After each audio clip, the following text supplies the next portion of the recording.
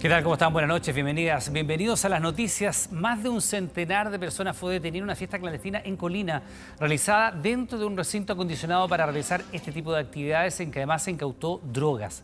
Los asistentes ahora enfrentan un sumario sanitario. El lugar estaba completamente repleto, un galpón adaptado para realizar una fiesta clandestina. Eran las 3 de la madrugada cuando llegó la alerta.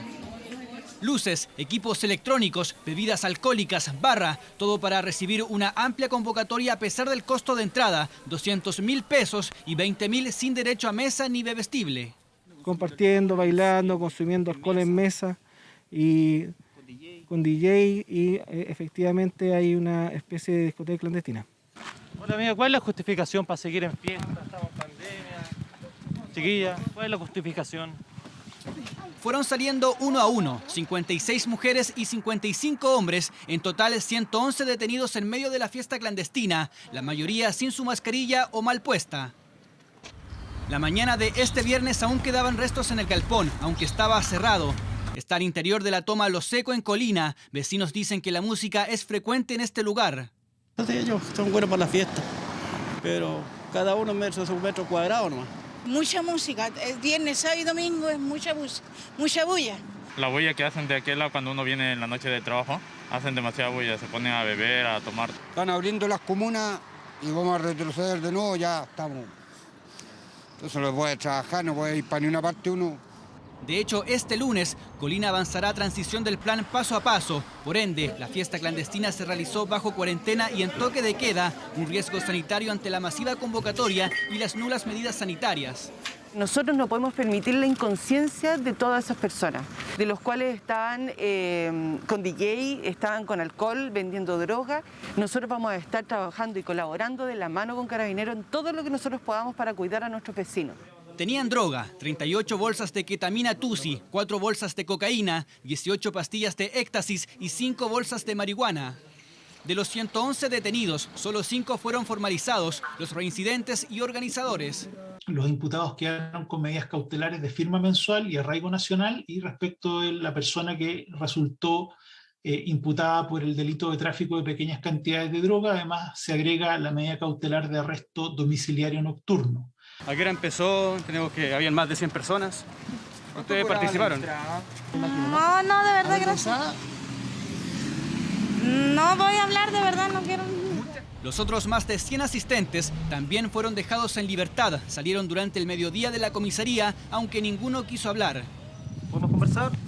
Bueno, la mayoría de ellos avergonzados, han salido de este lugar. Nos parece gravísimo que sigan ocurriendo estas fiestas clandestinas porque sabemos el riesgo sanitario que implica cuando hay un grupo más de 100 personas participando en un lugar encerrado, sin mascarilla, con alcohol, con interacción social, o sea, con todas las condiciones de riesgo para que si en caso que hubiera un caso confirmado se contagiaran un grupo importante de personas.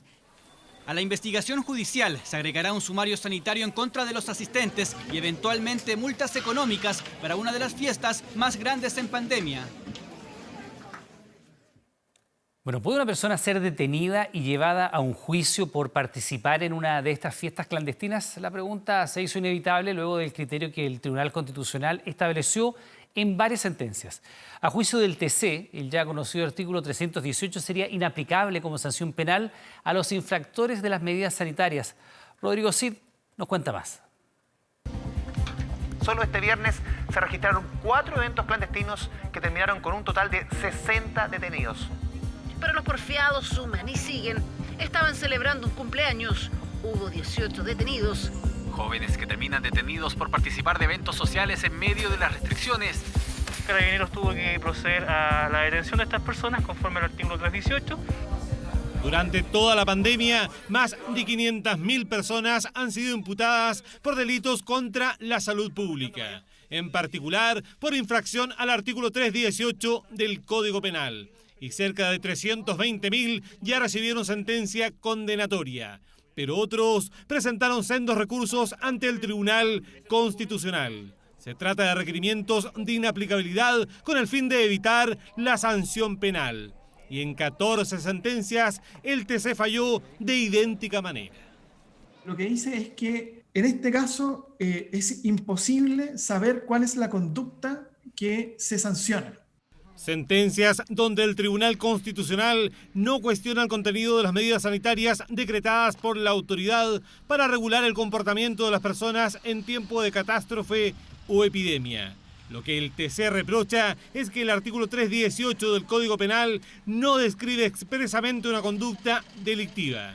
Y por el contrario, solo castiga en forma genérica a la persona que ponga en peligro la salud pública por infracción a las reglas sanitarias. Por todo esto, define al 318 como un artículo constitucionalmente defectuoso.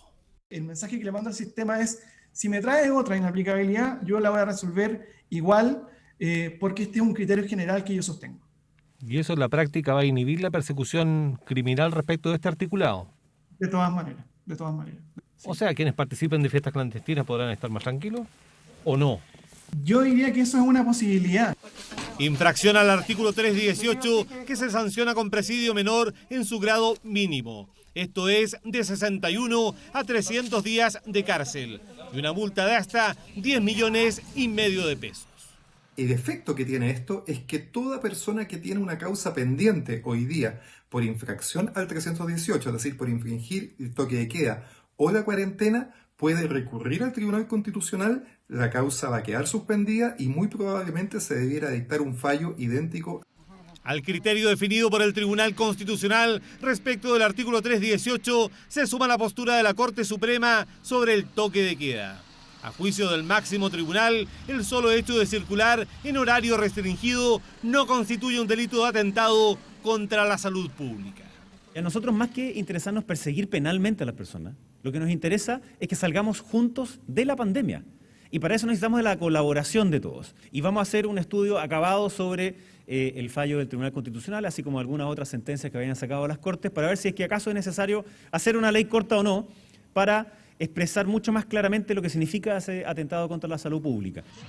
Aunque se encuentra plenamente vigente, el artículo 318 del Código Penal podría convertirse en una herramienta ineficaz para la persecución criminal de delitos contra la salud pública. Y todo por los fallos del TC y la Corte Suprema. Aprobar el proyecto de ley de indulto general y establecer un reglamento en el breve plazo, esas son algunas de las demandas de casi 60 constituyentes a solo horas de la instalación de la Convención Constitucional. Peticiones que han sido rechazadas por otros miembros de esta instancia, que este domingo a las 10 de la mañana va a comenzar a sesionar. Marian Basso nos cuenta más. Solo horas restan para que los 155 constituyentes asuman este domingo la histórica tarea de redactar la nueva constitución de nuestro país. 155 nombres con distintos proyectos y propuestas. Algunas de ellas, por ejemplo, ya fueron explicitadas por 59 convencionales que demandaron a los poderes del Estado ciertas garantías democráticas para la sana instalación de la Convención Constitucional.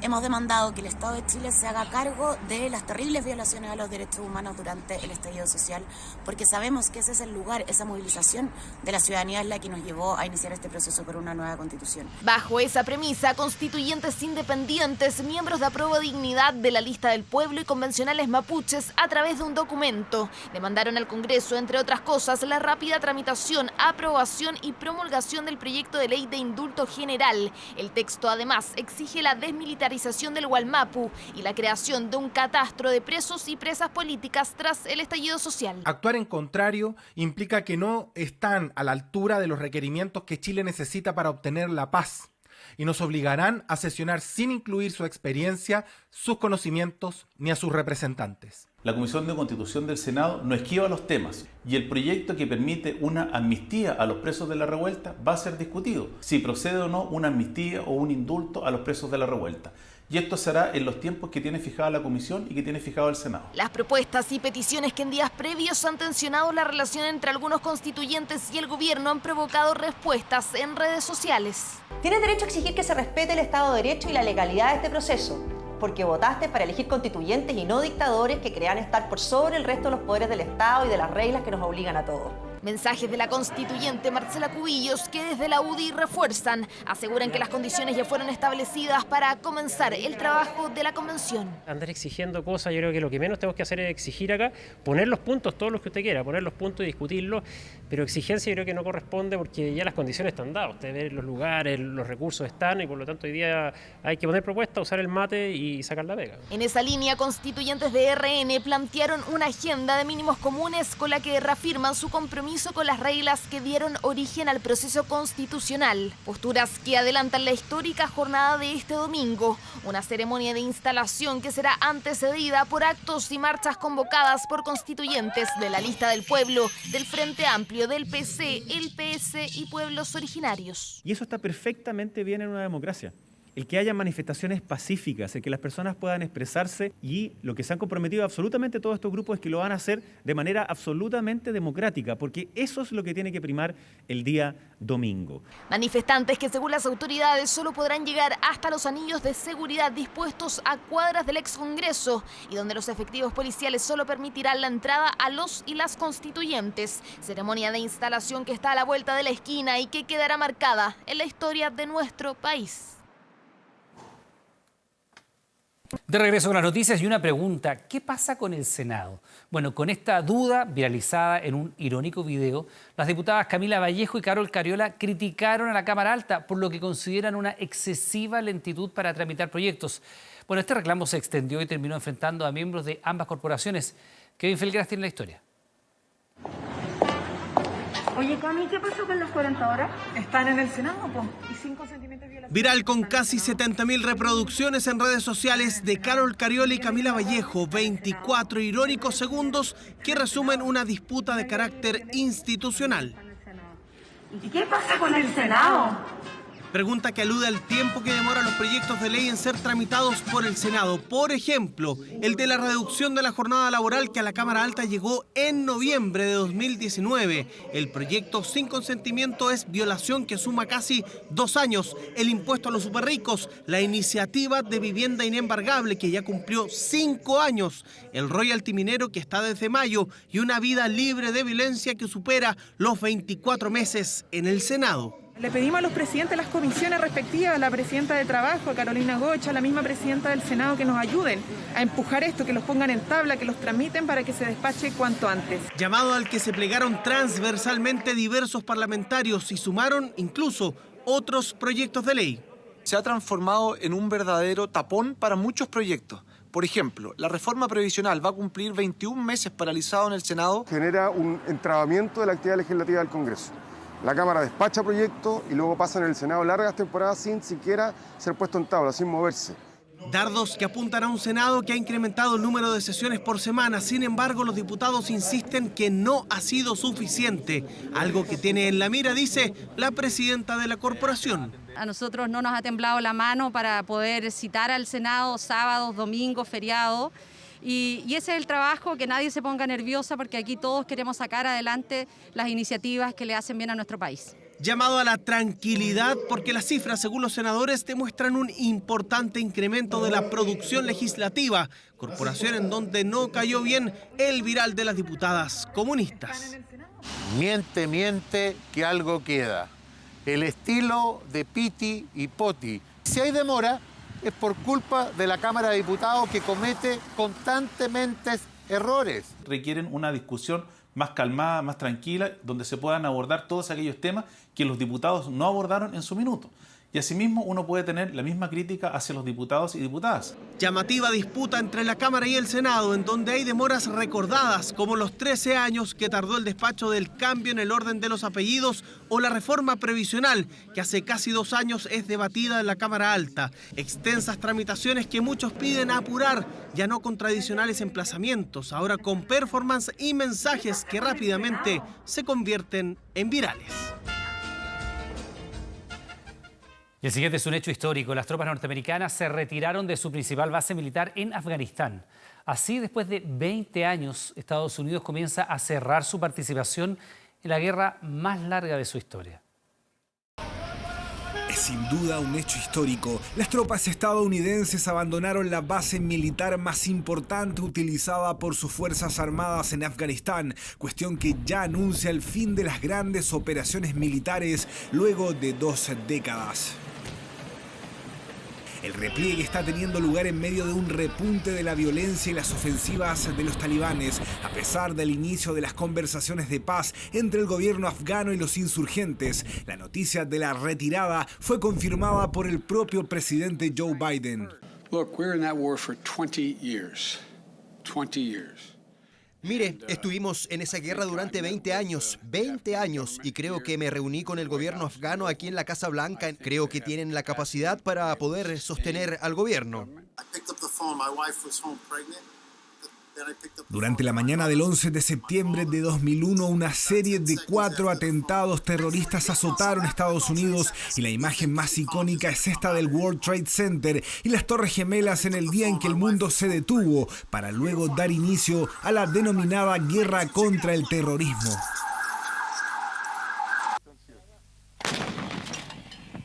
Y el primer destino fue Afganistán, tras la negativa del gobierno talibán de dar con el paradero de Osama Bin Laden, líder de Al-Qaeda. Las tropas norteamericanas invadieron el país el 7 de octubre de 2001, dando inicio al más largo conflicto que ha enfrentado Estados Unidos en su historia. Para Estados Unidos, Afganistán representa la guerra más larga que ha librado hasta la fecha, prácticamente 20 años, en los cuales perdió cerca de 2.400 soldados y que tuvo un costo cercano a los 800.000 millones de dólares. Ahora, con la retirada definitiva desde la base de Bagram, se cierra este episodio y está previsto que en Afganistán solo queden cerca de 650 soldados para la protección de la embajada estadounidense en Kabul. Las instalaciones de la base de Bagram se usaron para lanzar aviones de ataque contra los talibanes y otros grupos. Incluso llegó a ser el cuartel general de las tropas de operaciones especiales de Estados Unidos en este conflicto. Los estadounidenses deben abandonar Afganistán y debe haber paz en este país. Estamos en una situación difícil. La mayoría de la gente ha huido de sus distritos y algunos han caído y ahora están bajo el control de los talibanes. Estados Unidos pretende retirarse definitivamente de Afganistán en las próximas semanas, pero sin lugar a dudas que el abandono de esta base representa en gran medida el fin de una guerra que se extendió por 20 años.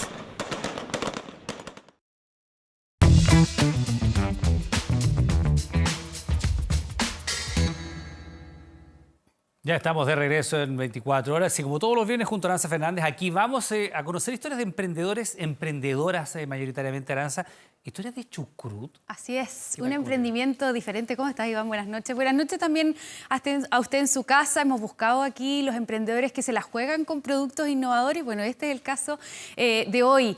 Un emprendimiento que nació como una forma de buscar un alimento que hiciera bien al organismo. Francisca Ortega es la emprendedora que los quiero invitar a conocer hoy día. Siempre ella vendió comida, pero tenía ganas de encontrar un producto natural y con propiedades curativas. Así llegó al chucrut. Porque no me vas a creer, pero es un alimento que tiene probióticos, neutraliza el pH del organismo, fortalece el sistema inmune y tiene un sinfín de propiedades que a través de Icaica, como se llama este negocio, espera conquistar los paladares de varios. Mire.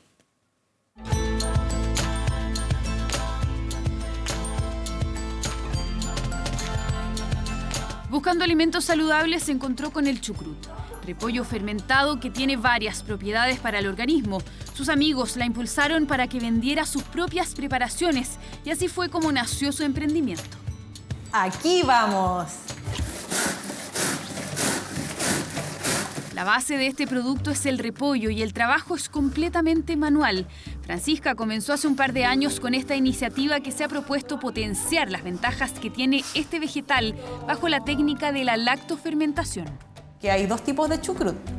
Hay un chucrut que es el lactofermentado, que es el original, y el otro que le llaman chucrut, que es repollo con vinagre. La lactofermentación es una fermentación solo con sal, en el caso del chucrut. Y en otras verduras es agua y sal. No tiene ningún aditivo químico, ni vinagre, ni gluten, ni azúcar, solo repollo y sal de mar. Y es un proceso que ella misma hace paso a paso, un producto natural que además tiene varias cualidades. Es una fuente de probióticos, enzimas, minerales y vitamina C. Ayuda a restablecer la flora intestinal, equilibra el pH del organismo y fortalece el sistema inmunológico. Tenemos 4 variedades de chucrut. El primero es el chucrut tradicional, que es repollo verde y sal de mar. También tenemos el tradicional morado. La creación propia mía son estos dos, que sería la colorida, que es de repollo, zanahoria, cibulet. Este, que es uno que es para gustos adquiridos, es el de la exótica, le llamo yo, que es de repollo, betarraga, jengibre. Se puede utilizar de dos formas, de una manera medicinal, como un medicamento, entre comillas, o al día a día, puede ser hasta para picar incluso. Antes de la pandemia, su principal canal de ventas era las ferias de emprendimientos orgánicos, pero el coronavirus la obligó a enfocarse en Instagram. Ese cambio la ayudó tanto que pasó de vender 15 frascos a más de 100 mensuales. Después de machacado, esto empieza a soltar un juguito. Y con ese juguito lo fermentamos bajo su propia agua. Mínimo 3 semanas. Ganó un capital semilla hace un año que la impulsó a formalizarse y le permitió invertir en herramientas y envasados, aunque reconoce que hay algo que le ha costado: conseguir los permisos y papeles necesarios para seguir avanzando con su propio negocio. Requisitos, certificación, patente sanitaria, tal. Entonces eso creo que ha sido lo más difícil, como lograr tener los fondos para ir formalizándome cada vez más, porque es diferente una empresa que solo se formaliza a una empresa de alimentos que tiene que tener patente sanitaria, que tiene que tener varias cosas para poder crecer. Hace despachos a todo Santiago y también los entrega en su casa en el barrio Yungay. Su negocio se llama Icaica, que significa fortaleza en hawaiano. Su meta es llegar cada vez a más hogares que quieran volver a comer alimentos nutritivos de verdad. Me encantaría poder llegar a todos los rincones de Chile con los alimentos fermentados y con una educación de la mano para que la gente vuelva a reconectar con la alimentación verdadera, que es una alimentación natural, una alimentación saludable. Me gusta mucho poder entregar un producto de calidad. Siento que es algo genuino. Está probando también otro tipo de materias primas para fermentar y así aumentar su catálogo. Por ahora, sus 4 tipos de chucrut siguen sorprendiendo a quienes deciden probarlo, ya sea para utilizar sus propiedades medicinales, acompañar una ensalada o hacer un picoteo con un alimento totalmente natural. Icaica en Instagram. Hablábamos de chucrut, ella tiene 4 tipos de chucrut. Sí, yo conozco uno solo, pero tú me decías que hay el de repollo morado, el de repollo verde. Así es, y ella tiene también otras variedades ahí mezcladas con cibulet, zanahoria, jengibre incluso. Así que si quiere revisarlo, Icai_K en Instagram para que lo pueda ver. Perfecto. Y quiero hacerle un llamado de atención a las mujeres, porque hay un concurso abierto para todas aquellas pymes del rubro turístico que están lideradas por ustedes y que tan mal lo han pasado con la pandemia, ¿no es cierto? Se llama Mujer Empresaria Turística 2021, lo vamos a revisar ahora de qué se trata. Está dedicado a todas las mujeres empresarias, por supuesto, está organizado por el Cernatur, también por el Ministerio de la Mujer, todas las mujeres empresarias que tengan una pyme en el rubro turístico y que además hayan trabajado en este último tiempo en 3 cosas, las vamos a ver ahora: en innovación, también en digitalización y en sustentabilidad. Quienes hayan intentado trabajar con sus negocios en estos 3 aspectos pueden postular por un premio de hasta 2 millones de pesos para poder sacar adelante su negocio y además un kit audiovisual que va a entregar la posibilidad de hacer un video y fotografías para poder, por supuesto, mostrar en sus redes sociales, que es muy importante hoy día también. Hay muchos espacios turísticos que están cerrados, pero que sí quizás una foto o un buen video puede ayudar a que más adelante las personas puedan acceder a estos servicios. La postulación, ¿dónde se hace? www.cernatur.cl. Ahí hay un banner dirigido a Mujer Empresaria Turística 2021 y están abiertas las postulaciones hasta el 9 de julio de este año. Queda un tiempo, por supuesto, para que usted pueda postular. Puede revisar también las bases de este concurso en la página web de Cernatur y son 2 premios de 2 millones de pesos para todas las mujeres del rubro turístico, ¿no? Que quieran postular distintas cosas. De repente nos imaginamos un hotel solamente, pero puede ser personas que tengan alojamiento. Exacto. O estas pymes que tienen actividades, por ejemplo, para poder hacer en distintas partes de bicicleta. Los distintos tours. Exactamente, los distintos tours. Así que mujeres empresarias del rubro turístico, es para ustedes este llamado. ¿Y sabes qué otra cosa encontramos nosotros con el equipo de Aquí Vamos? Siempre tenemos la misión de buscar buenos datos para los emprendedores y nos encontramos con un curso gratuito de contabilidad. muy importante. ¿Cuántas veces nos hemos quedado atrás también con nuestra pyme porque no sabemos gestionar nuestro negocio? Y esto pretende ayudarnos justamente en este desafío y no morir en el intento, dicen ellos. Pretende enseñar este curso de la plataforma eClass a través de su modalidad de capacitaciones abiertas. Habilitó en su sitio web eclass.com un curso que dura 8 horas, divididas en distintos módulos, por supuesto, para que usted adquiera los conocimientos básicos de contabilidad y pueda entender, por ejemplo, cómo registrar los gastos, cómo hacer facturación, cómo registrar también de manera correcta sus cobros y finalmente saber si su negocio es rentable o no. Esa es la conclusión a la que va a llegar este curso. Así que es súper interesante, se hace de manera online y no tiene requisitos, solo tener acceso a Internet. Largio Romero, vicepresidente de Estrategia y Tecnología de eClass, nos contó más acerca de esta iniciativa. Escuche. La invitación es a todas las pymes para que puedan de alguna manera empezar a entender los conceptos contables y hablar del contador de tú a tú y poder registrar sus ingresos y sus ventas para poder saber si su negocio es rentable o no, que hoy en día es fundamental. El dónde pueden inscribirse, se pueden inscribir en la página web www.eclass.cl. Ahí hay una sección que se llama Programas de Estudio, Open eClass, y pueden encontrar el curso de contabilidad para pymes y otros más.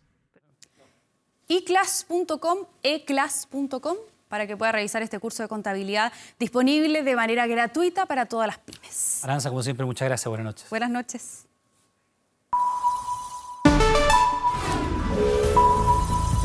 Último minuto. Atención con esto porque ocurrió y fue confirmado hace solo instantes. La policía de Miami confirmó hace algunos momentos nada más el hallazgo del cuerpo del abogado chileno Claudio Bonnefoy Bachelet, quien, como usted sabe, figuraba entre las personas desaparecidas por el colapso de un edificio residencial registrado durante la madrugada del 24 de junio. Bonnefoy, de 85 años, residía en el 10º piso de este edificio colapsado junto a su esposa, la ciudadana de origen filipino Maricoy Obías Bonnefoy, cuyo cuerpo también fue ubicado por los rescatistas. Durante esta jornada se sumaron 4 víctimas fatales, por lo cual la cifra de muertos por este derrumbe asciende ya a 22, mientras que son 126 las personas que continúan desaparecidas. Recordemos que Claudio Bonnefoy era pariente de la expresidenta Michelle Bachelet. Su hija viajó desde Santiago hasta Miami precisamente para ir a, de alguna manera, estar junto a la familia y ver de cerca también todo lo que tenía que ver con este rescate. Ha sido encontrado el cuerpo del chileno Claudio Bonnefoy y su esposa. Bueno, polémica ha generado una clasificación de la Organización Mundial de la Salud que podría declarar la vejez como una enfermedad. Esto a partir de enero del próximo año. Las sociedades médicas no comparten este concepto y sostienen que la vejez es una etapa de la vida y no una patología. Pero la vejez no es una enfermedad, es una etapa de la vida. No me parece adecuado. Me sorprende, porque nunca había escuchado una barbaridad más grande. Ahora que hay viejos que están enfermos es otro tema, pero la vejez en sí no es una enfermedad. Sorpresa y cierto grado de indignación reaccionaron algunas personas mayores al enterarse que la Organización Mundial de la Salud pretende declarar la vejez como una enfermedad a partir de enero de 2022, cuando comience a regir la clasificación estadística internacional de enfermedades y problemas de salud relacionados que la entidad realiza cada cierto tiempo. Algunas personas han interpretado como que esto implica decir que el envejecimiento es una enfermedad.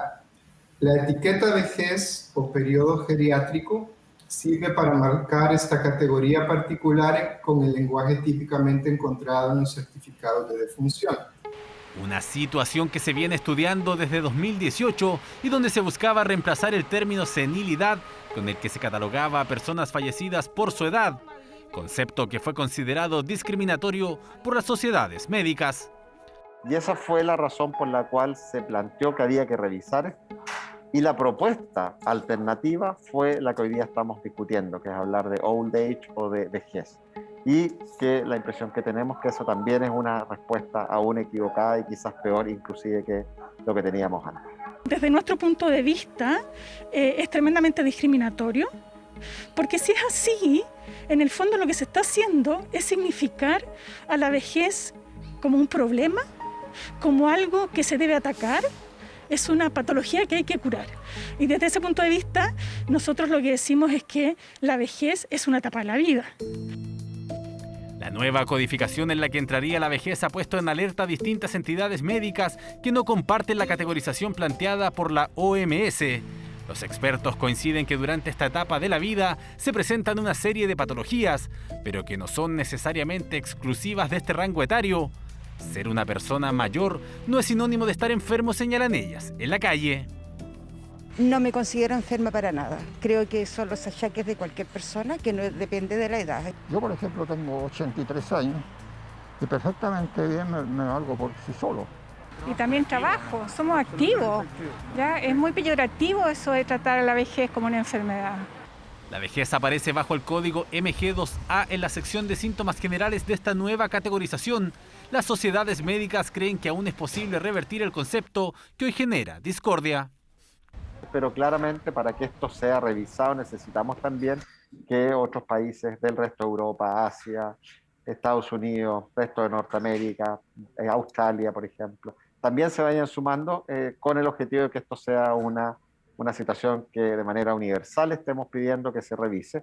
Hace poco la OMS celebró la década del envejecimiento saludable que busca promover una sociedad y un mundo para todas las edades. Será esta misma entidad la que en los próximos meses determine si la vejez será catalogada como una enfermedad o no. Atención con la siguiente frase. Bonita tu familia, te tenemos en la mira. Es precisamente con esta frase con la cual desconocidos amenazaron a uno de los integrantes de la Fiscalía de Alta Complejidad de la Araucanía, Enrique Vázquez. Este lienzo fue encontrado tras un nuevo ataque incendiario en un sector rural de Traiguén. Fue luego de este ataque incendiario que afectó a las máquinas del MOP que realizaban faenas en la zona rural de Traiguén, en donde los operadores fueron obligados a dejar sus equipos y uno de ellos incluso debió ser trasladado al hospital de Traiguén y luego a Angol por los cortes sufridos tras ser golpeado con armas de fuego en medio de un violento tiroteo. Fue allí donde se ubicó esta pancarta, donde se apuntan directamente las amenazas en contra del fiscal Enrique Vázquez y su familia. Las reacciones no tardaron. Un funcionario fue golpeado en la cabeza, está siendo atendido en el hospital de Traiguén, examinándolo. Fue el mismo conductor que ya había sido objeto de un atentado hace algunos meses atrás, por lo tanto está bastante choqueado. Vamos a apoyar con toda la fuerza del Estado a quienes hoy tienen la responsabilidad de perseguir penalmente a quienes han cometido delitos graves en la macrozona sur. Y por eso todo el apoyo a la Fiscalía de la Araucanía en el trabajo profesional que están realizando para perseguir, determinar judicialmente las responsabilidades y condenar a quienes cometen estos graves hechos.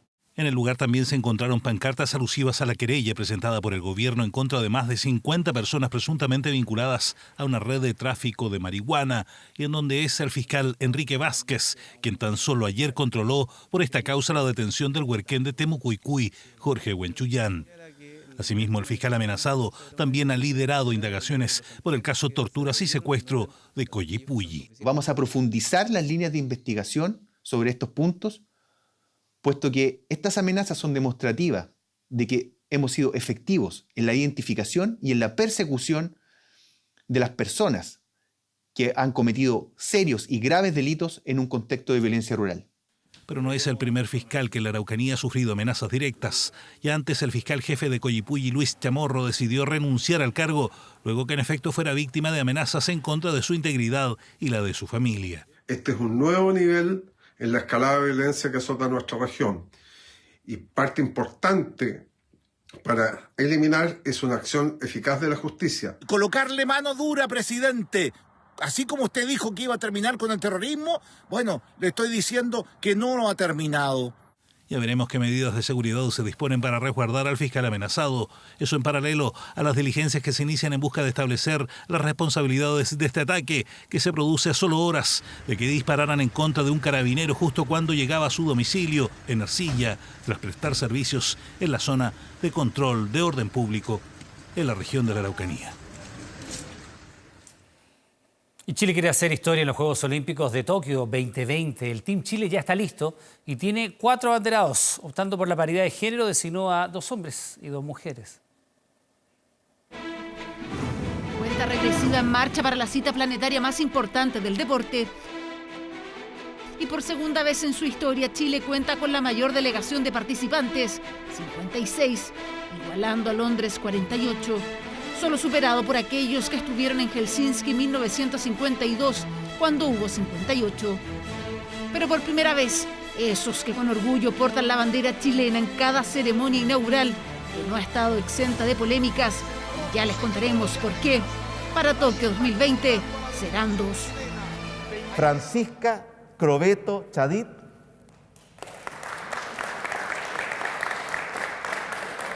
Y Marco Grimal Krog, grandes representantes.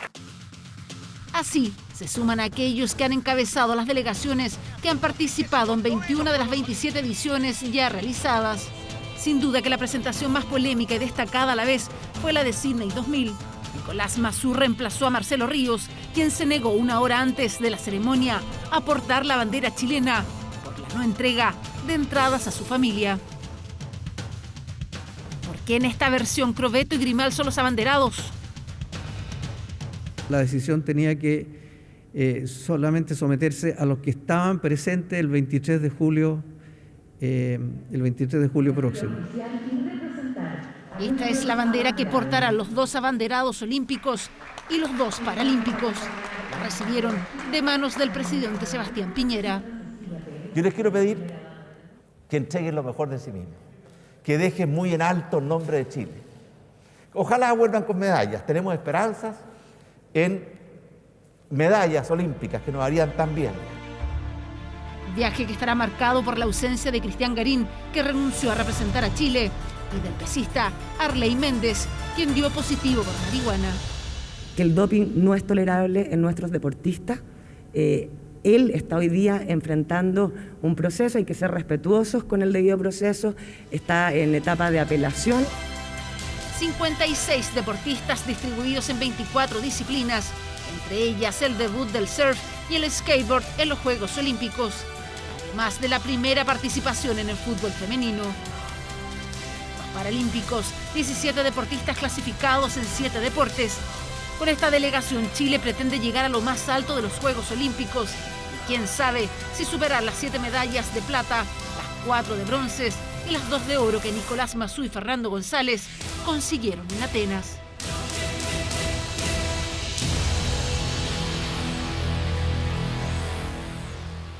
¿Cómo actúan las vacunas ante las diferentes variantes del coronavirus? Bueno, algunos dicen que todavía es muy pronto para asegurarlo con certeza, pero lo cierto que ya se han dado a conocer algunos datos. Ponga atención. Cuando más de 10 millones de chilenos han completado su esquema de vacunación contra el COVID, los científicos entregan más evidencia del comportamiento de las vacunas frente a las variantes. ¿Qué sabemos de cada una de ellas? La variante Gamma, originada en Brasil y el Amazonas, es la que tiene el primer lugar de circulación en Chile y es considerada como una variante de preocupación. Según un estudio de la Universidad de Chile junto a la Clínica Santa María, la vacuna Coronavac disminuye su capacidad neutralizante cuando se enfrenta a esta mutación del virus en 2,3 veces. La variante Lambda o andina, presente en Perú, Chile y Ecuador principalmente, es la segunda mutación que más circula en territorio local. Se considera como una variante de interés por la OMS y la capacidad neutralizante de la vacuna del laboratorio Sinovac frente a ella disminuye 3 veces. Los anticuerpos son menos buenos neutralizando. Si tenías 10 anticuerpos que podían neutralizar el linaje original, lo que nosotros observamos es que de estos 10, solo 3 son efectivos para lambda y solo 5 son efectivos para gamma. Es un poco para llevarlo en números. Pero hoy en día la variante que acapara toda la atención y enciende las alarmas en Chile y el planeta es Delta, una mutación que ha causado estragos en el hemisferio norte y que se originó en India. Está presente ya en 96 países, incluido el nuestro. Es más contagiosa, genera el doble de hospitalizaciones y se cree que será la variante que domine en poco tiempo. Ningún país en la Tierra está fuera de peligro todavía. La variante Delta es peligrosa y continúa evolucionando y mutando, lo que requiere una evaluación constante y un ajuste cuidadoso de la respuesta de salud pública. ¿Cómo han respondido las vacunas ante Delta? Pfizer, Moderna, Johnson & Johnson y AstraZeneca ya han dicho que la protección contra el virus se mantendría en mayor o menor medida, pero los representantes de CoronaVac han asegurado que su capacidad neutralizante disminuiría 3 veces cuando se enfrenta a esta mutación. No sabemos la protección contra la variante Delta que otorga la vacuna CoronaVac. Sabemos por reportes hechos por el laboratorio Sinovac que la vacuna CoronaVac produce una protección que es menor contra la variante Delta, pero uno siempre espera la información entregada por los científicos más que por los productores mismos de la vacuna. Según los expertos, no es correcto elegir una u otra vacuna guiándose por cómo enfrenta tal o cual variante. La vacunación sigue siendo una de las principales estrategias para enfrentar la pandemia, ya sea con Pfizer, con AstraZeneca o Sinovac. Por eso el principal objetivo hoy es que los rezagados entiendan la responsabilidad que pesa sobre sus hombros. Solo en la región metropolitana, más de 299.000 personas aún no van por sus inyecciones. No hay vacuna perfecta. Lo que tenemos que hacer es vacunarnos todos, porque las variantes se producen justamente porque el virus se replica en personas generalmente no vacunadas o parcialmente vacunadas, y en esa replicación que hace es donde muta y genera variantes cada vez más transmisibles. Entonces, lo más importante es vacunémonos todos y lo antes posible. La tercera dosis está latente. Para definir con cuál vacuna, los especialistas aseguran que faltan aún antecedentes. Analizar el comportamiento de las variantes en nuestra población sería clave para luego decidir qué tipo de vacuna usar como dosis de refuerzo y a quiénes priorizar en ese proceso. Bloquearon calles y rutas en la región de Valparaíso en protesta por el alza del combustible, pero también de otros productos. La escalada en el precio de la bencina está golpeando también el valor de los alimentos. De hecho, el Fondo Monetario Internacional proyecta que registren un aumento del 25% en 2021 en todo el mundo. La noche del jueves en Valparaíso fue de protestas. Tenemos bloqueado el camino La Pólvora, todo lo que es el acceso hacia el puerto, por el descontento de la alza de los combustibles, por la alza de los materiales de construcción y de los supermercados. Automovilistas y motociclistas dicen estar aburridos de las alzas y no solo el combustible. Eso es muy legítimo. Lo que no es legítimo es vulnerar la ley. Lo que no es legítimo es alterar el tránsito en avenidas importantes, incluso para el comercio exterior, como el caso del Camino La Pólvora. Mientras el Congreso discute un proyecto de ley que reduce el impuesto específico de forma temporal, los organizadores de la manifestación piden eliminarlo, exigen respuestas a las autoridades. No solamente con los motociclistas, sino que con todo el país, porque derechamente están afectando el bolsillo de todos los chilenos con esto. Porque el combustible es parte fundamental de los costos de elaboración y comercialización de diversos productos y, por supuesto, también de los alimentos. Todo lo que es verdura y fruta, eso subió demasiado. Yo creo que de la pandemia hacia adelante como que ya empezó a subir los precios. Y se nota bastante en el presupuesto, digamos, familiar. Pues. Compré 1 kilo de arroz en 900. Fui a la semana siguiente, estaba a 1100. O sea, igual eso va sumando, es poquito, pero igual a la larga nos perjudica cualquier cantidad. Pues. Una situación que el propio Fondo Monetario Internacional advierte. Según los cálculos del organismo, los precios internacionales de los alimentos aumentarían en torno al 25% este año. Los problemas de producción debido a la pandemia, la interrupción en las cadenas de suministro y cambios en los servicios de alimentación son algunas de las causas que se suman al incremento en el valor de los combustibles. Solo como ejemplo, la soya aumentó un 86% su valor en el último año y el maíz un 111%. Lamentablemente, muchas de las razones que causaron estas disrupciones en las cadenas de logísticas de transporte han vuelto o no se han solucionado. En Chile, la división de alimentos medida por el INE ha subido casi un 5% en los últimos 12 meses y el pimentón, palta y papas lideran el alza en los precios en el último año. En medio de la celebración del Día Mundial de las Cooperativas, la ministra de Agricultura llamó a no generalizar con las cifras del FMI y a considerar que los productos se comportan de forma distinta, sobre todo en Chile. Aunque en promedio los precios han aumentado, hay que llamar la atención que el comportamiento es muy disímil entre productos de distinto tipo y calidad, en distintas épocas del año, producto de la estacionalidad de la producción. Pero ¿qué se puede esperar con los precios a nivel local y sobre todo en el plano internacional?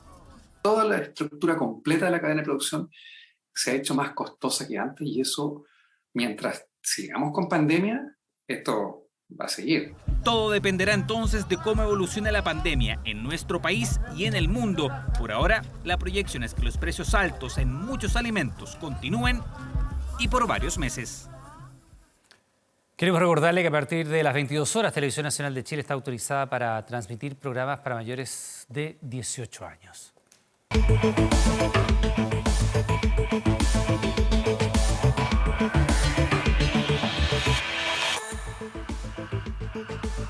Hace 35 años, 2 jóvenes fueron quemados vivos por una patrulla militar. Solo Carmen Gloria Quintana sobrevivió y desde ese día ha luchado por justicia, al igual que la madre de Rodrigo Rojas. Hoy, en Archivo 24, recordamos uno de los crímenes más brutales de la dictadura de Augusto Pinochet.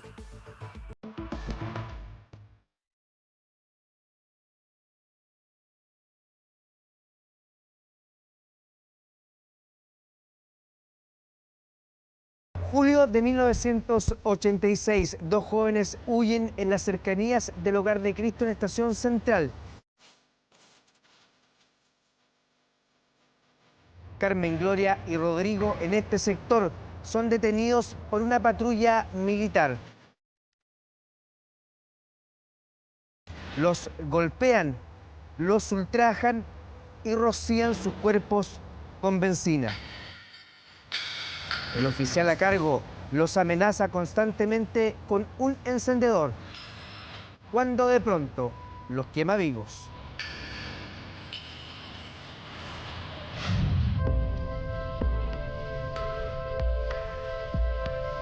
El 2 de julio de 1986 comenzó un paro nacional contra la dictadura que debía durar 2 días.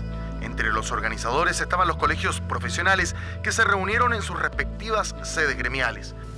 El año 1986, las manifestaciones en contra de la dictadura se hicieron permanentes. La oposición lo catalogó como el año decisivo para la caída de Pinochet. Fue en medio de aquellas protestas cuando el 2 de julio 2 jóvenes sufrieron uno de los atentados más horrorosos que ejecutara el régimen, cuando sus vidas se cruzaron a las 7 de la mañana con una patrulla militar en Estación Central. Carmen Gloria, ¿qué recuerdas de ese 2 de julio de 1986? Bueno, recuerdo que fui quemada viva por una patrulla militar, me echaron benzina, me prendieron fuego a mí a Rodrigo y Rodrigo, bueno, murió. Que el gobierno sabía que iba a haber un despliegue, una movilización social y una protesta potente ese día y por lo tanto militarizó Santiago, es decir, sacó a las Fuerzas Armadas y fundamentalmente al ejército a la calle. Carmen Gloria era estudiante universitaria y esa mañana, junto a un grupo de jóvenes, se preparó para manifestarse cerca de General Velázquez en Estación Central. Rodrigo Rojas había vuelto hace poco de Estados Unidos, donde vivía con su madre. Quiso volver a Chile y reflejar con su cámara lo que pasaba en el país. Verónica, usted fue torturada en 1973 y fue exiliada. ¿Qué le comentó Rodrigo? ¿Por qué él sentía la necesidad de volver a Chile? Mi hijo era un niño muy especial, un joven desde muy niñito fue ávido por el conocimiento, le interesaba todo. Se inició en la fotografía antes de cumplir sus 7 años. Él quería fotografiar lo que estaba ocurriendo en Chile. Ese día de la protesta también a él le interesó estar en un sector popular donde la protesta fuera potente. Rodrigo y Carmen Gloria se habían conocido en algunas ollas comunes días antes, y ese 2 de julio, cuando los militares sorprenden a algunos jóvenes con neumáticos y benzina para levantar una barricada, huyen. Los dos quedan solos y son interceptados por la patrulla.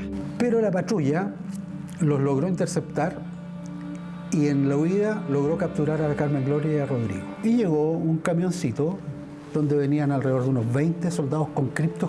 Y llegó otra camioneta donde venían 2 militares o 3 militares de civil. Iniciaron, por así decirlo, una operación de castigo con ellos. Por ejemplo, a Carmen Gloria le volaron todos los dientes del frente de un culatazo. los tiraron al suelo.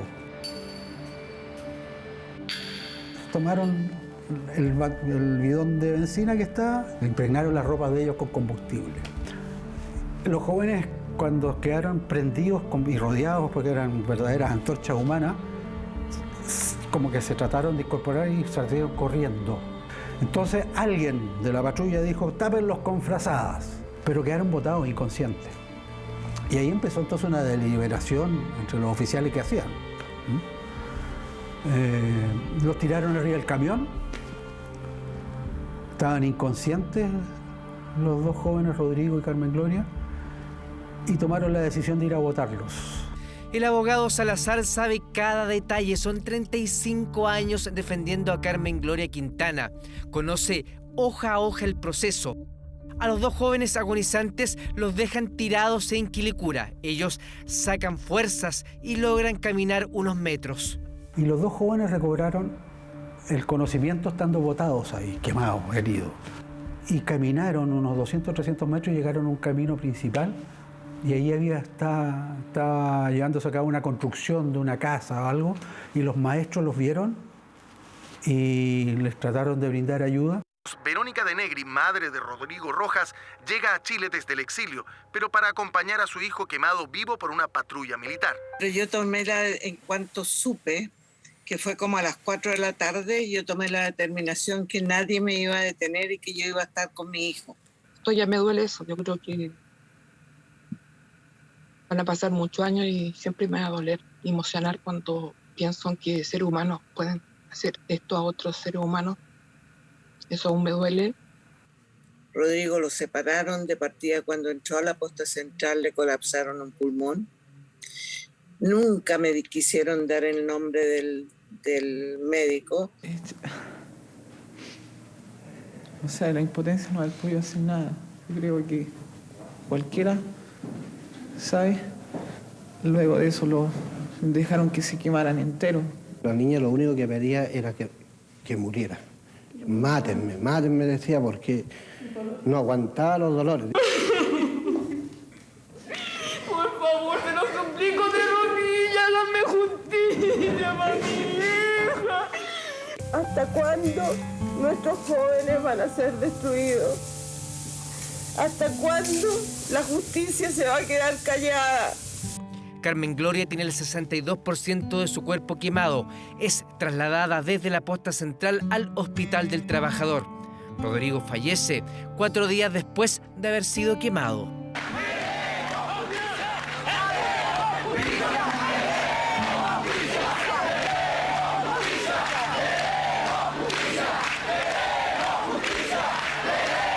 Mi vida ha sido destruida porque yo he seguido funcionando. Y he seguido funcionando porque para mí la promesa a mi hijo cuando murió era que yo iba a hacer absolutamente todo para que él tuviera justicia. En 1986, los medios tradicionales no creyeron la versión de los jóvenes y se hicieron eco de lo que decía la dictadura. Pero es muy curioso que la marca que tenía el joven que murió no estaba quemada por fuera. La quemadura es por dentro. No quiero pensar mal, sería malo si yo pensara un muerto mal. Pero me da la impresión de que a lo mejor llevaba algo oculto y se reventó y se le provocó la quemazón por dentro. Pero Rodrigo, antes de morir, alcanzó a declarar ante el juez, asegurando que los militares lo habían quemado. Carmen Gloria, pese a estar 2 veces en coma, sobrevivió y siguió su tratamiento en Canadá. Los corresponsales extranjeros no se creyeron el discurso del régimen y Teleanálisis tampoco.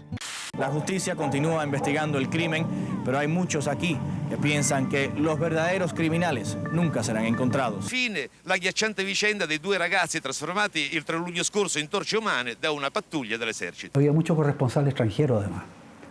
Entonces, esto de que 2 jóvenes hayan sido quemados en ese tiempo causó, pero no se conocía que se hubiese llegado a tanta brutalidad. En ese tiempo la televisión era controlada por el régimen. Los canales que habían eran completamente dependientes. Entonces aquí había un vacío que Teleanálisis trató de cubrir, digamos.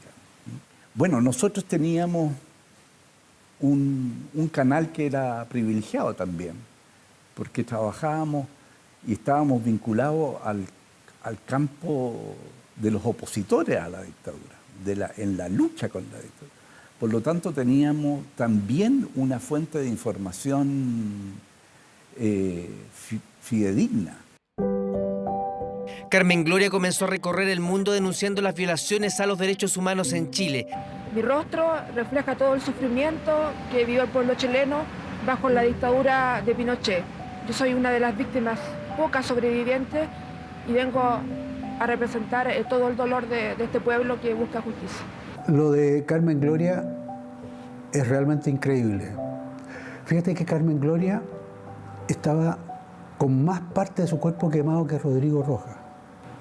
El temple demostrado por ella, la voluntad de seguir adelante.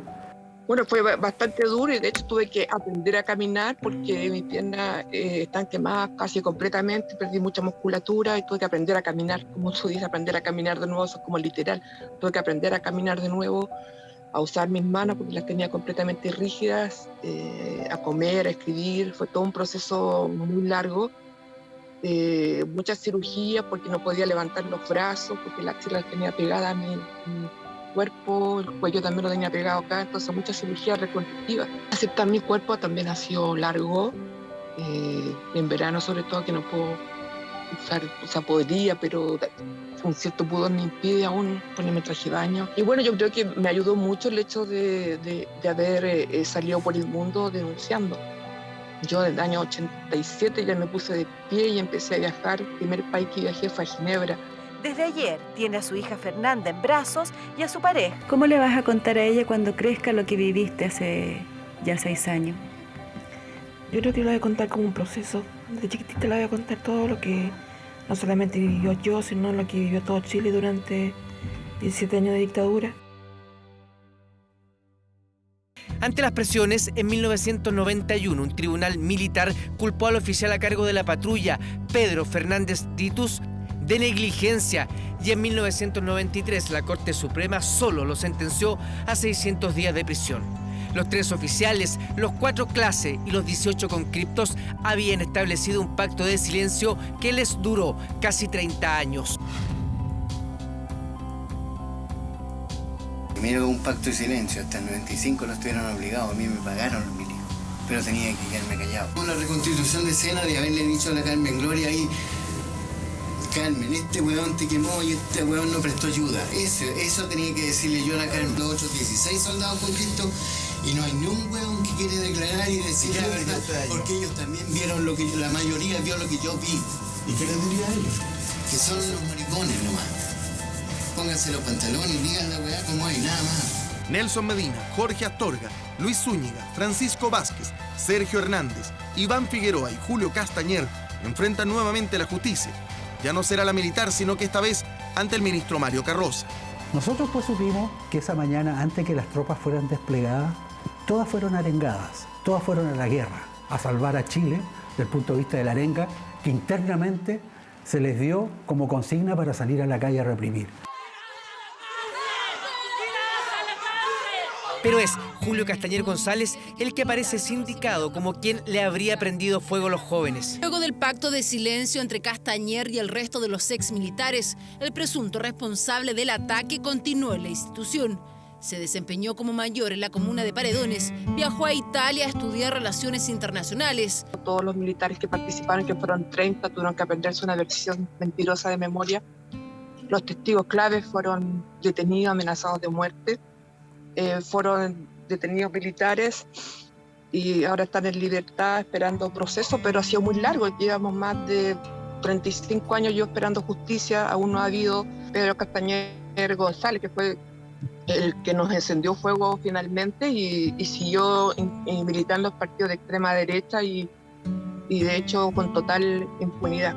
En 2019 el juez Carroza sentenció a Julio Castañer, Iván Figueroa y Nelson Medina a 10 años y un día de presidio en calidad de autores y al resto a 3 años en calidad de cómplices.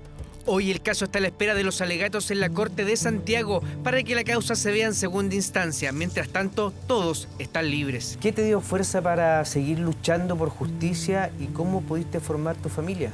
Bueno, a mí me gustaría que hubiera justicia. Se tentó de manera tan cruel contra 2 seres humanos y uno muerto a sus 19 años, en plena juventud.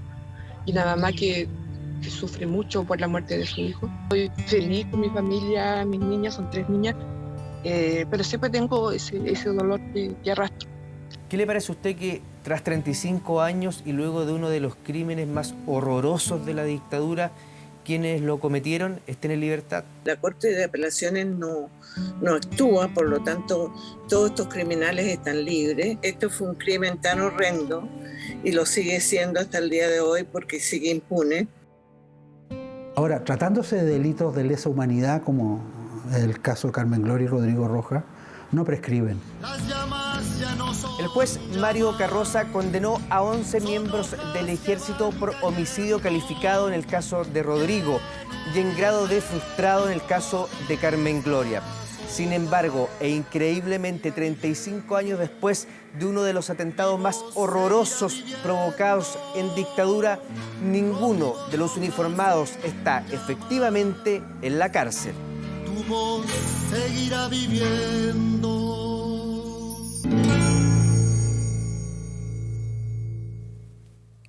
Bueno, qué relevante es no olvidar el nivel de crueldad y sadismo el cual se actuó durante la dictadura. Magnífica crónica de Juan Carlos Alarcón. Vamos con otra noticia. Estas son imágenes sorprendentes que nos llegan desde Canadá, donde manifestantes derribaron estatuas de la reina Isabel y también de la reina Victoria, indignados por un escándalo que ya sacude a todo el país. ¿De qué se trata? Lo vemos en el siguiente informe.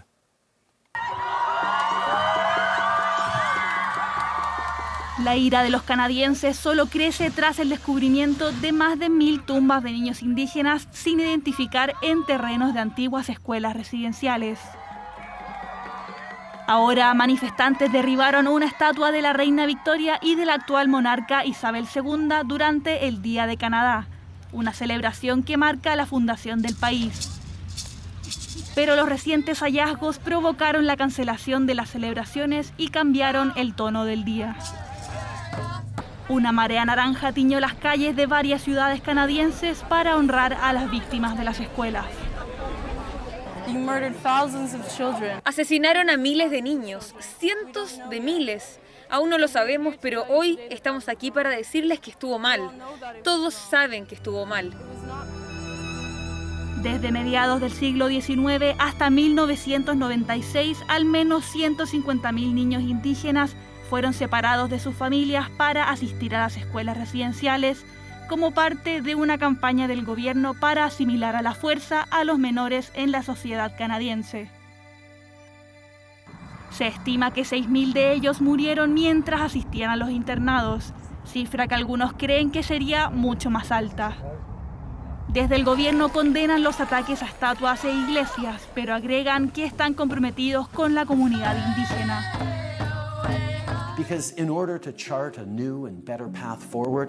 Para trazar un nuevo y mejor camino a seguir, tenemos que reconocer los terribles errores de nuestro pasado. La verdad es que tenemos un largo camino para hacer las cosas bien con los indígenas, pero si todos nos comprometemos a hacer el trabajo, podemos alcanzar la reconciliación. Una de las principales peticiones de las comunidades es la formación de una investigación nacional que no esté intervenida por el gobierno, además de una disculpa por parte de la Iglesia Católica, que administraba las escuelas donde se descubrieron los cadáveres. Todos y cada uno de estos sitios deben ser investigados adecuadamente, y esto es una validación de lo que han estado diciendo los sobrevivientes, que hay tumbas sin identificar. El gobierno y la iglesia son cómplices de la implementación de las escuelas residenciales, por eso ambos deben reconocer su papel. Solo han pasado 25 años desde que cerró la última de estas escuelas en Canadá, y los recientes descubrimientos están abriendo una herida que había permanecido oculta por décadas en ese país. Bueno, y tras 1 año y 8 meses ya, Fabiola Campellay se reunió por primera vez con la máxima autoridad de Carabineros para expresar lo que para ella ha sido la falta de voluntad de esta institución en el esclarecimiento de los hechos. El general Ricardo Yáñez destacó el encuentro como una importante oportunidad de diálogo. Oh, bueno.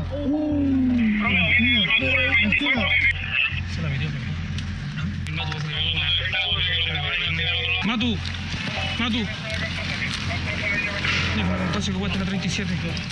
Han pasado 20 meses. Estos abrazos no son solo muestras de afecto, son mensajes de ánimo y fuerza para Fabiola Campillay, que este viernes llegó a la Dirección General de Carabineros para reunirse por primera vez con quien comanda la institución. ¿Por qué ellos no cooperan con la justicia? ¿Por qué no cooperan con la investigación? Eso es lo que queremos exigir también, que la información se entregue. Todos sabemos que solamente ellos entregaron una cámara GoPro. Fue el 26 de noviembre de 2019, en medio de las protestas más álgidas de la crisis social. Esa tarde Fabiola iba a su trabajo, caminó al paradero en compañía de su hermana cuando pasó lo inesperado.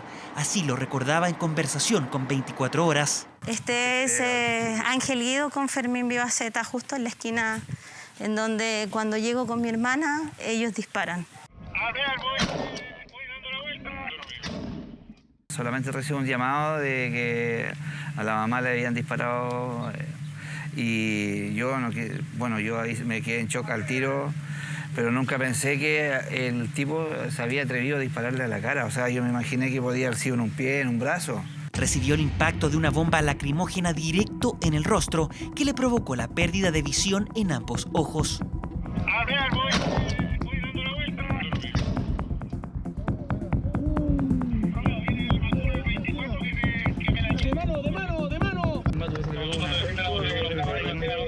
Es así como la Jefatura de Zona Metropolitana tramitó la desvinculación de 2 oficiales subalternos del grado de capitán que pertenecían a la 14 Comisaría San Bernardo. A la fecha, el único imputado por la agresión es el ex capitán de Carabineros, Patricio Maturana. Se mantiene con arresto domiciliario en Curicó, luego que en septiembre del año pasado se revocara la prisión preventiva que lo mantenía recluido. El próximo 23 de julio se realizará una audiencia para revisar nuevamente sus medidas cautelares. ¡Justicia! ¡Verdad! ¡No a la impunidad! Fabiola Campillay estuvo reunida de manera privada con el general Ricardo Yáñez por casi una hora. Al término del encuentro insistió en que ha habido poca colaboración de Carabineros en el esclarecimiento de los hechos. El que no haya justicia para nosotros es terrible, no. Pero sin duda vamos a seguir luchando, vamos a seguir adelante. Además, entregó detalles de la conversación. Consultada sobre si hubo una disculpa institucional, aseguró que no fue el caso. No, él no dijo nada, no, solamente que empatizaba nomás, nada más. O sea que no nos pidió perdón y no hay un perdón de nadie, de parte de nadie. Justificó bastante el actuar de Carabineros y a nuestro juicio no fue categórico en asumir una responsabilidad de las violaciones a los derechos humanos que ha cometido su institución. Desde Carabineros catalogaron la reunión como una importante oportunidad de diálogo. Fue una reunión privada, pero franca y sincera. Valoramos esta oportunidad de diálogo porque creemos que es el camino. Recién en septiembre, la justicia determinará si amplía o no el plazo de investigación por parte del Ministerio Público. Un juicio por el caso de Fabiola Campillay que podría realizarse incluso después que se cumplan 2 años de lo sucedido. Y un grupo de mujeres denuncia intentos de secuestro en la conocida avenida Alemania en Valparaíso. La semana pasada, de hecho, se registraron 2 casos que se suman a hechos similares que habrían ocurrido en febrero pasado. La Fiscalía, sin embargo, archivó una de las causas. Yo iba pasando y vi que el gallo me estaba acechando, que me estaba mirando y dirigiendo el auto hacia mí en un lugar. Habría sido el automóvil que la siguió en el sector de Avenida Alemania en Valparaíso, un sospechoso sujeto que infundió temor en esta joven. Primero habría intentado bloquearle el paso, posteriormente a ello, según dice, la abordó en medio de la noche, denuncia intentos de secuestro. Y el gallo lanza el auto contra mí. Entonces yo miro, él me prende y me apaga las luces muy fuerte y tira el auto muy cerca de mí. Esta persona se detiene, se asoma, me mira y me dice, ¿te dio miedo? De la que te salvaste. Es uno de los pocos casos de los que se registra denuncia, pero lo cierto es que son varios los testimonios. Generalmente el mismo modus operandi, un vehículo sin patente con vidrios polarizados que intenta abordarlas. Ella iba sentada en el asiento del copiloto a bordo de un vehículo de la locomoción colectiva. El conductor no la dejó en la dirección que estaba pactada. Dice que optó por lanzarse del auto en movimiento. Mirándome a los ojos, porque como iba adelante me dice, ¿y tú sabes para dónde vas? Con un tono así como... Y yo, sí, pues le digo, a la avenida Alemania. Y me lancé, porque yo dije, claro, acá me pasa algo, o sea, como que si no me bajaba, ¿para dónde iba? Varias se han acercado a Carabineros o a la PDI a entregar su relato. Sin embargo, aseguran en muchas ocasiones no se han sentido acogidas. Lamentablemente, la única forma de perseguir es con la denuncia. Aquí lo importante es denunciar, porque si no denunciamos y no permanecemos en la denuncia, porque hay muchos casos donde se denuncia y antes de 48 horas se retracta. No vamos a poder erradicar este flagelo. Esto es un caso de amenaza de secuestro. Lo que ha hecho Carabineros, y es lo que me ha dado cuenta en general de zona, es que están reforzando el patrullaje en toda la zona para dar con los antecedentes de estos famosos vehículos con vidrios polarizados. Solo ahora, tras los testimonios que la víctima entregó a medios de comunicación, aludiendo a nuevos casos, la Fiscalía decidió reabrir la causa e impartir una orden de investigar a la PDI. Así lo manifestó a través de un comunicado. Las jóvenes están esperanzadas en la reapertura de la investigación y esperan reunir nuevos testimonios para dar con él o los eventuales responsables. ¿Cómo les va? ¿Cómo están ustedes? Muy buenas noches. Lamentablemente, con pena tenemos que decirle, Chile ha quedado eliminado en la Copa América, cayó hoy en Río frente a los locales Brasil por 1-0.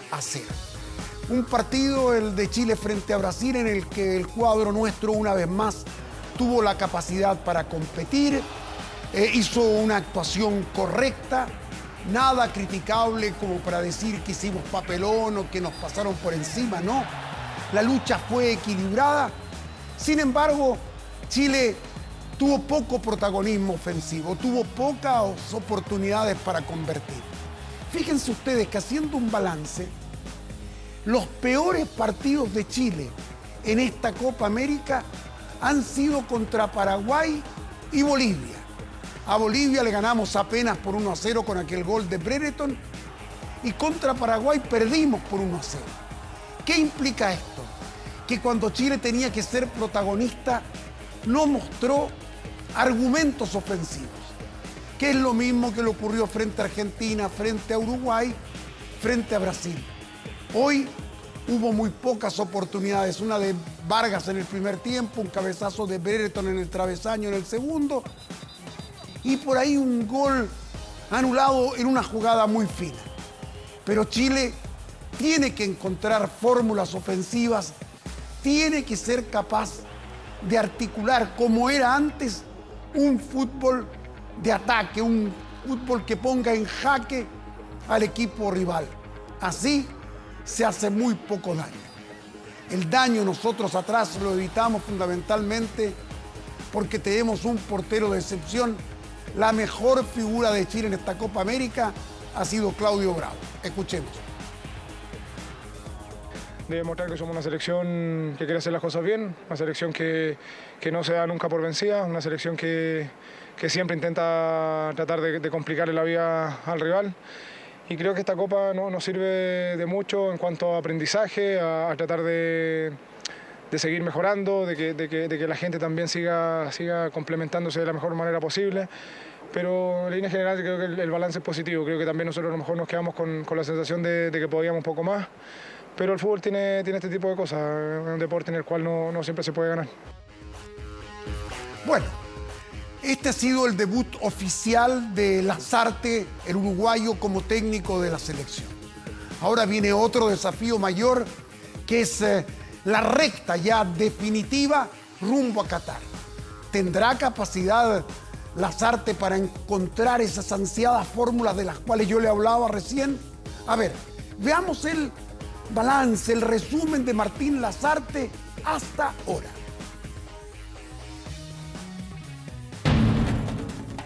Terminó el sueño de La Roja en la Copa América de Brasil, un torneo que siempre tuvo un objetivo. La convivencia entre jugadores de mayor recorrido, de mayor información, de mayor experiencia, con aquellos otros, bueno, lógicamente mucho más novatos. Una nómina de 28 jugadores con los referentes de la generación dorada, también con savia nueva. Jugadores como Clemente Montes, Luciano Arriagada, Pablo Aranguis y Daniel González viajaron a su primer torneo continental a nivel de selecciones. La idea es intentar utilizar la Copa América como una especie, no de banco de pruebas, porque vamos a llevar a algunos jugadores jóvenes, no es que vamos a llevar todo un grupo de jóvenes. Eso me parece una cuestión de charlarlo, de marcar algunas pautas lógicas. Son futbolistas, no son ni militares, que no tienen nada malo, simplemente no lo son, no son robots. Así dijo Lasarte que manejaría las indisciplinas. El domingo 20 de junio, La Roja tuvo que admitir el ingreso de un peluquero brasileño a la burbuja sanitaria. Le costó una multa de 11 millones de pesos, todo en medio de rumores de una indisciplina más grave. Independiente del ingreso de un peluquero, ¿es verdad esta información que involucra a 6 jugadores de la selección? No. La única situación que nos tocó vivir es la que hicimos referencia.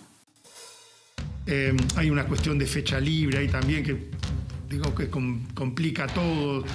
Pasada la fase de grupos, Chile volvió al país. Disfrutaron de un día libre en burbuja sanitaria en sus hogares, bajo fiscalización de la autoridad sanitaria.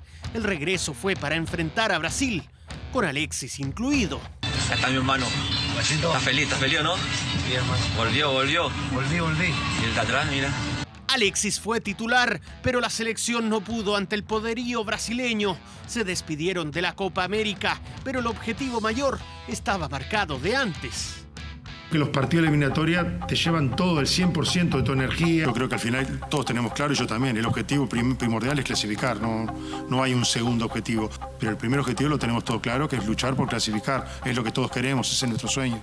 Vendrá un segundo semestre cargado de actividad para Chile, con fechas clasificatorias en septiembre, octubre y noviembre. La Roja se tendrá que olvidar de las decepciones y apuntar a la verdadera meta, estar en el Mundial de Qatar. En este momento, el técnico de la selección chilena, Martín Lasarte, está en vivo hablando en Río de Janeiro después de la eliminación de Chile. Escuchemos al entrenador uruguayo de la selección. Nós temos defensores importantes, zagueiros. Es algo que tenemos que trabajar. Evidentemente hay cosas para trabajar. Del inicio de la pandemia seguimos apostando por ella como una herramienta complementaria, porque desde mi punto de vista sí que es fundamental contar con distintos canales y distintas herramientas que se adapten a la diversidad de empleados que tenemos. Hay muchísimos empleados que son más de teléfono móvil, ningún otro modo creo que Alexis saldría, ¿no? Si no fuera porque lamentablemente no podía continuar. De la red comercial y no pueden estar delante de una pantalla, o que trabajan en fábrica. Entonces, para mí es clave contar con esa diversidad de canales para que ese tipo de empleados pueda consumir esa información y participar a través de un audio doble, hay traducciones, entonces evidentemente que no se escucha bien lo que está diciendo Lasarte en este momento difícil para él, asumir una eliminación en un partido apretado, reitero, frente a Brasil, donde Chile perdió por 1-0. Clasificado Brasil, clasificado Perú, después de una dramática jornada frente a Paraguay. Claro que sí, este partido se jugó en el Olímpico de Goiânia y el cuadro paraguayo se ponía en ventaja de 1-0 con gol de Gustavo Gómez, dirección técnica de Berizzo, quien dirigiera en O'Higgins en nuestro país. Perú reaccionó. Fue un partido con un polémico arbitraje de Ostojic, el juez del partido, el ítalo-peruano Gianluca Lapadula anotó los 2 goles para Perú. Miren, esta es una jugada muy buena. Se ponía 2-1. Más encima, después le expulsan un jugador a Paraguay, a Gómez. Es decir, era partido cuesta arriba para los guaraníes, que con ese pundonor que tienen, con ese espíritu de lucha, se fueron encima y empataron a 2 con gol de Junior Alonso. Perú, una vez más, recuperó el terreno perdido y con este remate de Yotun, el gol del 3-2. Uno decía ya, Aquí sí que hay sentencia definitiva, pero siempre a Paraguay le queda algo para pelear. Peleó tanto, empujó al estilo paraguayo y Ábalos en el minuto 90 provocó la alegría del técnico Berizzo y de sus acompañantes. Penales. En la Copa América no hay alargues, solo penales. Y estuvo mal Paraguay. Uno, por ejemplo, lo perdió a Espíndola y la serie, para desazón de los paraguayos, la ganó Trauco. Es victoria de 4-3 para Perú en los penales sobre Paraguay. Perú significa 3-1 en los penales. Anotó Lukaku. Era lindo el día para Chile en el comienzo en la mañana. Garín jugó un partidazo, de verdad. Y le ganó al español Pedro Prieto por 6-4, 6-3, 4-6, 6-4, en 4 mangas. Garín ahora juega con Novak Djokovic, el número 1 del mundo en octavos de final. Llega la segunda semana, partidón de Garín.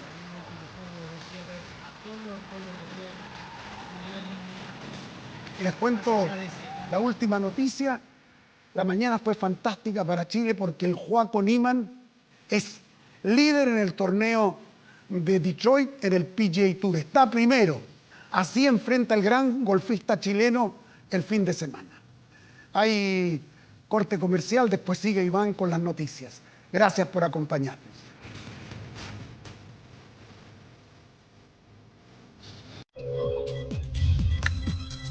...24horas.cl.